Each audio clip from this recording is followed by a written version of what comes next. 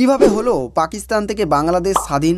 আজ যে বাংলাদেশের সৈনিক ভারত দখল করার ডাক দেয়, তারা কি ভুলে গেছে 1971-এর সেই ঘটনা? সালটা 1971, 25 মার্চ রাত্রেতে পাকিস্তানের সেনাবাহিনী অপারেশন সার্চ লাইট চালায় বাংলাদেশের বিশেষ গুরুত্বপূর্ণ সব শহরে। এখানে নারী পুরুষ নির্বিশেষে তাদের উপর অত্যাচার হয়। গণধর্ষণ থেকে শুরু করে প্রকাশ্যে গণহত্যা পর্যন্ত হয়। এই অত্যাচারে লক্ষ লক্ষ বাঙালি শহীদ হয় এবং অনেকে ভারতে আশ্রয়ও নেয়। বাংলাদেশের মুক্তিযোদ্ধাদের নেতৃত্ব দেয় শেখ মুজিবুর রহমান এবং পাকিস্তানের সরকারের বিরুদ্ধে স্বাধীন দেশের ঘোষণাও করে ফেলেন। বাংলাদেশের স্বাধীনতা সংগ্রামী পাকিস্তানের সরকারের বিরুদ্ধে সংগ্রাম চালাতে থাকে, আর অন্যদিকে শেখ মুজিবুর রহমান ভারত সরকারের কাছে সাহায্য চায় এবং কি ভারত সরকারও পাকিস্তান সরকারের বিরুদ্ধে লড়াইয়ের জন্য সৈনিক ও অস্ত্রশস্ত্র দিয়ে সাহায্য করে। এরপরে পাকিস্তানি সৈনিকের বিরুদ্ধে লাগাতার যুদ্ধ হবার পর 16 ডিসেম্বর 93,000 পাকিস্তানি সৈনিক ও সরকার